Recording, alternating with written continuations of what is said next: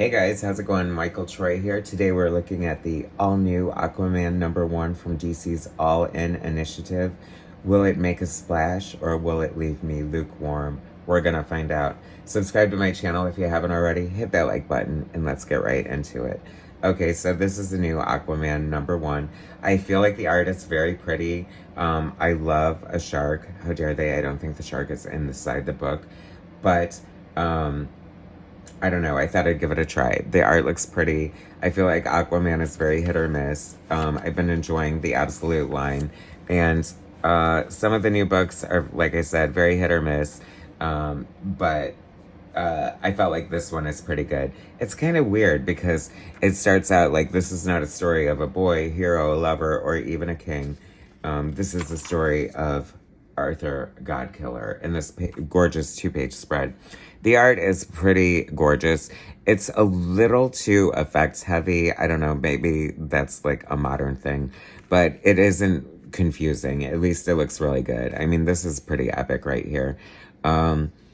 So we have writer Jeremy Adams, artist John Timms, colorist Rex Locus, and letterer Dave Sharp.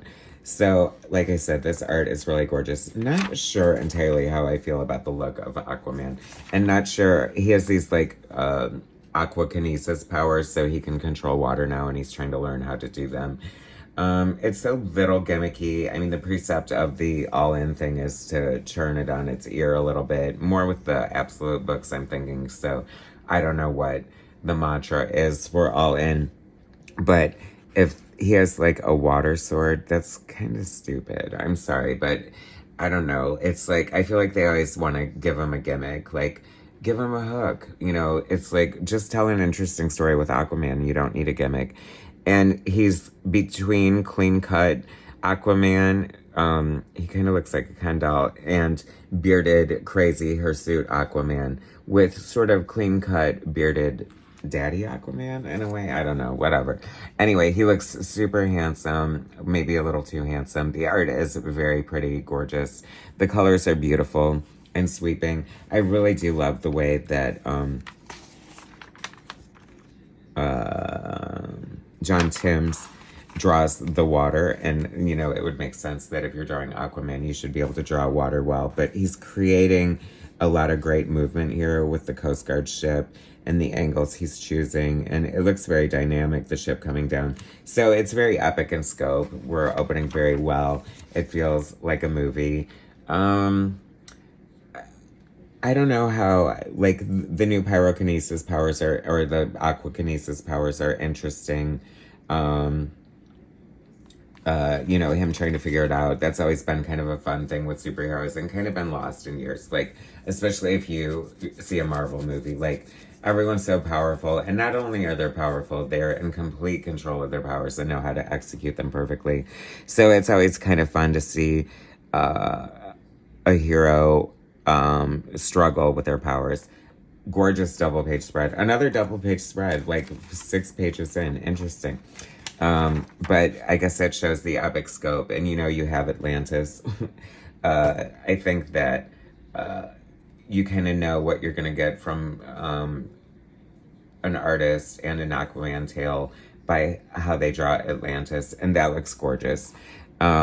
This is fun, too. The plane with all the sea life sort of rescuing him. And, I mean, it feels like everything that makes Aquaman cool and different and unique is being represented very well here. I do like this Aqualad.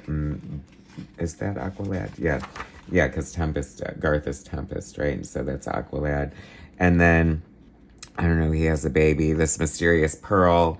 He runs off to fight this water creature in Daytona Beach, Florida. Which, I don't know. I was like, see, I'm... I mean, what else would you want Aquaman to expect? And I think that actually the weakness of the book kind of was the strength, because I felt like it was leading me in one direction and I wasn't completely sure how I felt about that direction. Some cool, fun, imaginative page layouts. And like I said, the colors are very striking here. You know, it's hard to do a water book, I think, and do it well. like some great scenes here.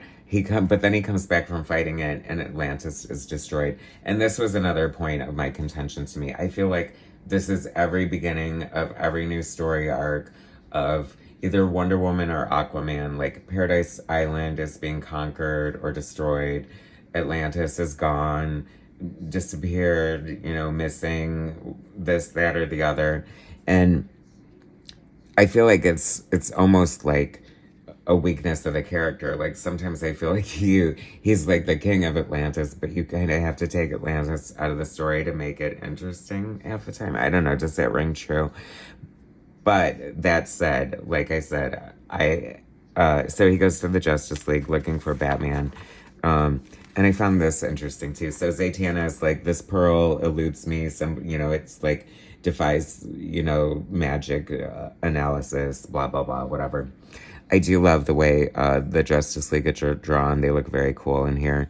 And the whole satellite, like, loving the detail of this and the aerial view. I do love the satellite Justice League. I love the old satellite era, so it's fun to see this happening again. And this is a fairly good roster of the Justice League.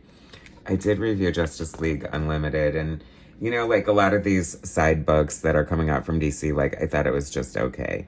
And this is better than okay. This is fun. I feel like there's a lot of mystery, and they had me at the end because I thought it was kind of weird because he discovers that the pearl is sort of like a portal. So I guess arguably Atlantis, you know, went through a portal, and like here we have like the dark side connection and an ominous ending, and that hooked me in. It was kind of a slow burn, and I was kind of on the fence through the whole time. But by the end of the story, I was like, okay, I might definitely be back for more. So I feel like it's a very solid start. The characters are well written. The dialogue is fun. The pacing is good. The intrigue is enough, and the art is gorgeous. So definitely check it out if you're thinking about it. Thanks for watching, guys. Subscribe to my channel if you haven't already. Hit that like button, and I'll bring you more soon.